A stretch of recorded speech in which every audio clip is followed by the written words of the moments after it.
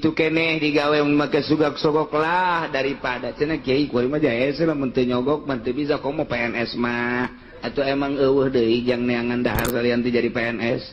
kumaha lamun di sidang ke ku Gusti Allah sia nyogok dia jadi PNS di golongan O ka golongan A emang darah aduh ibu kos darah bae jadi aing mah nyahonna sakitu doang aya ge darah A darah O nya ge sakitu bae golongan A golongan O tah sia nyogok pan harita teh jadi PNS mun Gusti moal lu mantap nyogok lantaran mun teu nyogok teu bisa jang naon sia eta nyogok jang dahar apa bawa deui jalan salian ti eta jang dahar sia ngebaged di sidang kitu ngebaged sia neu kumaha coba okos jelema dititah maca khutbah Jumat teh kan bahasa Arab contohna anu konkret Kangjeng Nabi di Madinah maca khutbah teh bahasa Arab bae padahal nu datang teh di berbagai negara Yaman datang Ethiopia datang Habsah datang di mana deh di Eropa datang Mesir datang di berbagai negara berbagai bahasa Kangjeng Nabi khutbahna make bahasa Arab bae teu make terjemahan tak kuari urang make bahasa Arab bae hajut teu kaarti ku urang engke usul pan di akhirat Gusti abdi mah pan teu kaharti teh donan gitu mantak diterjemah ge teu kaharti bahasa Arab teh ai sia teu kaharti aya eueuh sia tajang belajar supaya ngarti di bawah umur sia sabaraha abdi umur 60 tahun mah dia teu ngarti bahasa Arab buat bacaan pake naon ku sia abdi pake PNS jadi guru kuat mani awak kesempatan jang ngarti bahasa Arab buat bacaan tolong sia beteng dayut sia hota teu ngarti goblok sia lamun dikitu-kitu ku malaikat anu salah coba deket ongkoh ka pondok pesantren deket ongkoh ka majelis taklim deket ongkoh ka kitu sekolahan bahasa Arab datang ka sia teu nyawa-nyawa can khotbah sia pake leg-leg bae sia pake dahar bae ku sia waktu pake ulin bae sia ku waktu teh ku sia datang ka teu nyawa khotbah can zabannya rante siapkeun ieu jang PNS salib ke tengah kena ngerebek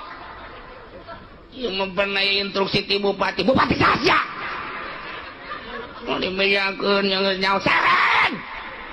seret jeung bupatina teh jawan ke bahasa Arab butuh acan seret dikitukeun sia cak aing kitu-kitu geura panggil sia teh heula aing padari ye eta uraian Imam Syafi'i ketika aya jelema teu ngarti kana khutbah kemudian nyana datang ka usul ka hayang diterjemahkeun ulah diterjemahkeun cek Imam Syafi'i engke kumaha nyana mun teu bisaeun salah nyana aya kesempatan yang mondok teu mondok goblok lain Imam Syafi'i nu dicarekan lain ulama nu dicarekan PNS guru anu digawe di pabrik teu ngarti kana khotbah bahasa Arab seren kadenge ku jelis ya kadenge henteu aja di ditu diterjemah henteu goblok teh budak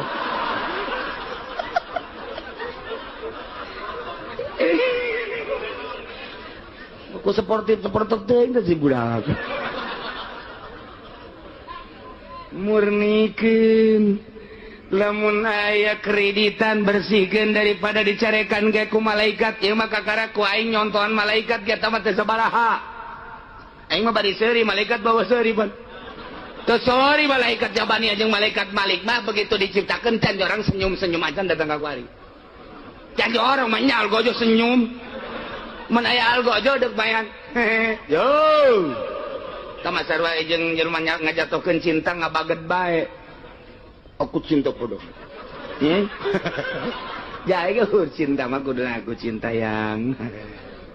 eta kadinya neropna mauduna lamun endek cinta kudu senyum kudu seri cakawe saya stres ya we tapi lamun dek jadi algojo kudu marah mentak polisi sakapeung waktu mah tilok seris polisi keur di imah urang nya ngarokok seri tapi keur di jalan coba teuk ceuli datang ka seri bae ge sim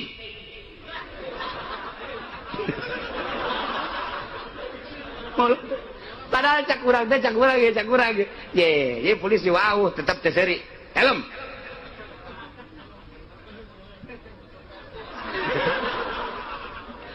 seri padahal wau nyara teh sok di imah urang ngarokok ngopi ya tapi di jalan ceuli tarohana datang ka seri bae ge atuh teh serem nya polisi seri mana simnya asal cukup ku 1000 imah ya tuh lah nanti seri-seri jangan mah ketika Pak damai aja dah berapa damai lagi berapa ada nih Pak jangan begitu masukin yang lagi embungin di berek itu mah nyerekan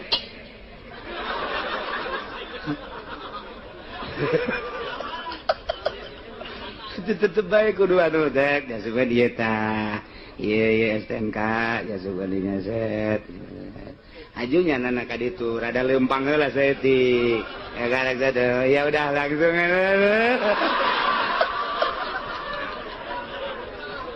panjara kieu nyawa aing pernah ditangkep goblok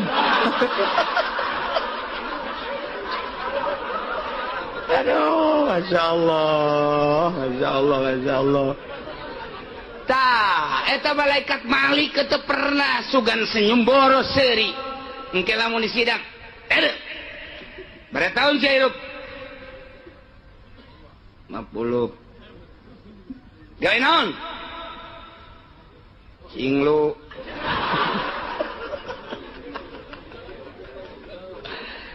aduh tah urang ditanya soal khutbah ditanya soal sholat bener syarat jeung rukun apa henteu ditanya soal muamalah kreditna bener apa henteu ditanya soal asupna sogok menyogok apa henteu nah engke anggeusna mah di Rabbul Jalil di hareupeun Allah anu bakal langsung bener surga salah seren